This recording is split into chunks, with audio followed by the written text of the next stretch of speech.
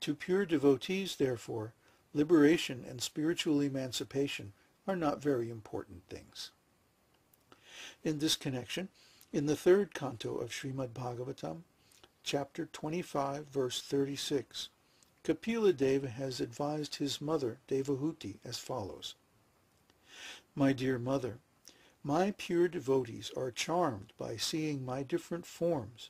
The beauty of my face, the structure of my body are so enchanting.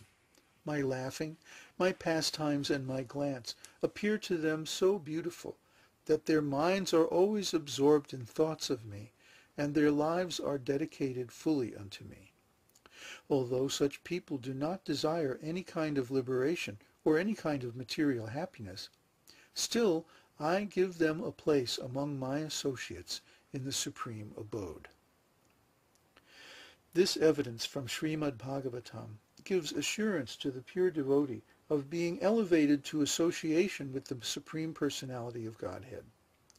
Srila Rupa Goswami remarks in this connection that one who is actually attracted by the beauty of the lotus feet of Sri Krishna or his service, and whose heart by such attraction is always full with transcendental bliss, will naturally never aspire after the liberation which is so valuable to the impersonalists.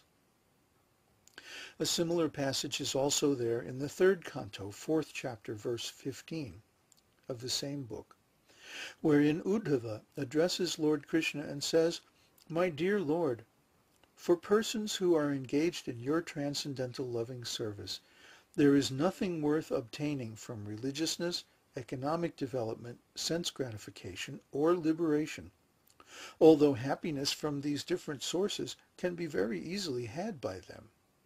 In spite of such facilities, my dear Lord, I do not aspire to achieve any such results. My only prayer is that I may have unflinching faith and devotion unto your lotus feet. A similar passage appears in the third canto, 25th chapter, verse 34, wherein Kapila Dev instructs his mother and says, My dear mother, devotees whose hearts are always filled in the service of my lotus feet, and who are prepared to do anything for my satisfaction, especially those fortunate devotees who assemble together to understand my qualities, pastimes, and form, and thus glorify me congregationally, and derive transcendental pleasure therefrom, never desire to become one with me. And what to speak of becoming one with me, if they are offered a post like mine in my abode, or opulence like mine, or even personal association with me with similar bodily features, they refuse to accept, because they are satisfied simply by being engaged in my devotional service. In Srimad Bhagavatam, 4th canto, 9th chapter, verse 10, King Dhruva says, My dear Lord, the transcendental pleasure derived by meditation upon your lotus feet, which is enjoyed by the pure devotees, cannot be approached by the transcendental pleasure derived by the impersonalists through self-realization. So how can the fruitive workers, who at most can aspire to promotion to the higher heavenly planets, understand you? And how can they be described as enjoying a happiness similar to the devotee's happiness? So that's the end of the chapter. But I want to comment here that these verses are very wonderful because they express the position of the devotee. Srila Prabhupada often said that if one has $1 million, all his $5 problems are solved. If you have $1 million, then you're not going to go to your friend and say, hey, can I borrow $5? You have $1 million, then automatically all your $5 problems are solved.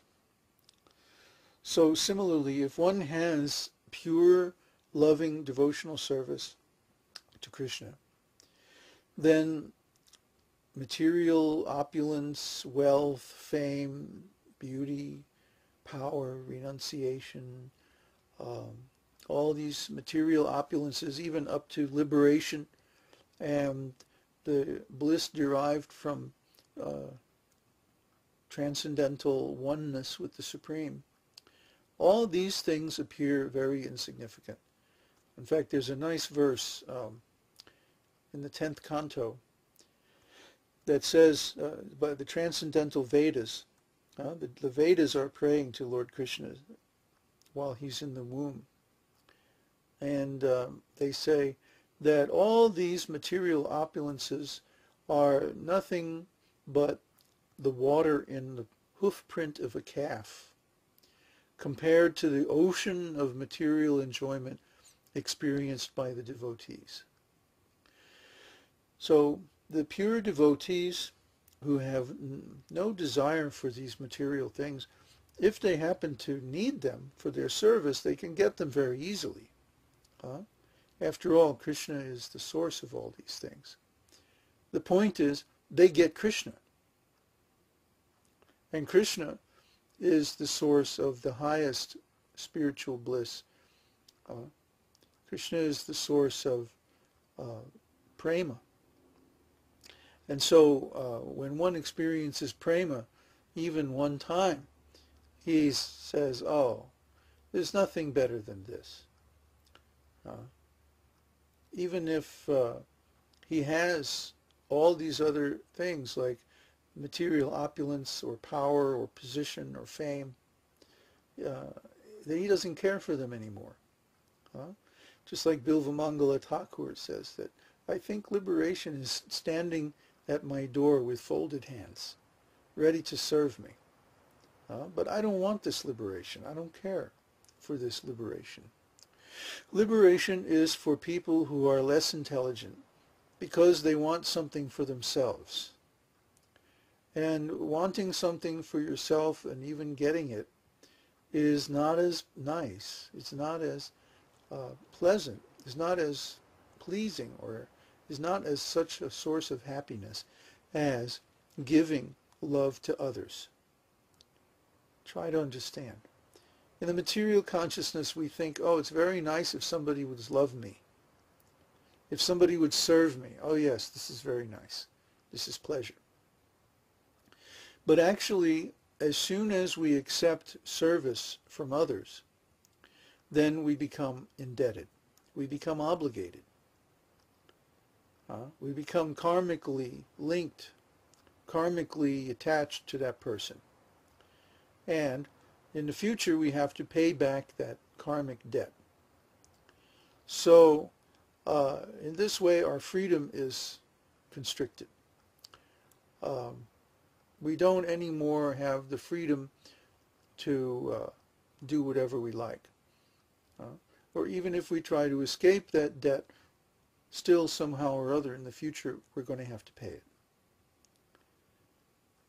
And also, this means that we become a debtor. We owe something. You see, if I go to the bank and I borrow a certain amount of money, now I'm indebted. I'm no longer free. I have some obligation I have to meet. I become entangled. You see? I'm less free. So in the same way, if we accept service, if we accept love, if we accept so many things, we become indebted to the source. You see? And also consider that a poor man is always begging. If you have ever traveled in a third world country, you know that wherever you go, you're going to find beggars. And so they seem to really like travelers. You'll get off the train and they'll be all around you. 50 beggars. And some of them are truly pathetic. But what can you do? If you give something to one, then you have to give to all. So it's a very difficult, heart-rending situation. But why should you become a beggar? Why should you voluntarily, why would you voluntarily want to become a beggar, needy? Why? You're an eternal spirit soul. Nothing can harm you. Nothing can affect you. Well, why should you become obligated? Why should you become a beggar? This is not our constitutional position. Just like many times I give the example of a very rich man like Bill Gates. What does he do when he becomes the world's wealthiest man? He doesn't have to work anymore. All that anxiety for material needs is finished. So what does he do? He begins to give in charity. You see? So we are wealthy. We're all wealthy. We're all unlimitedly wealthy for all eternity. Huh? Because we're created that way. That's our constitutional nature.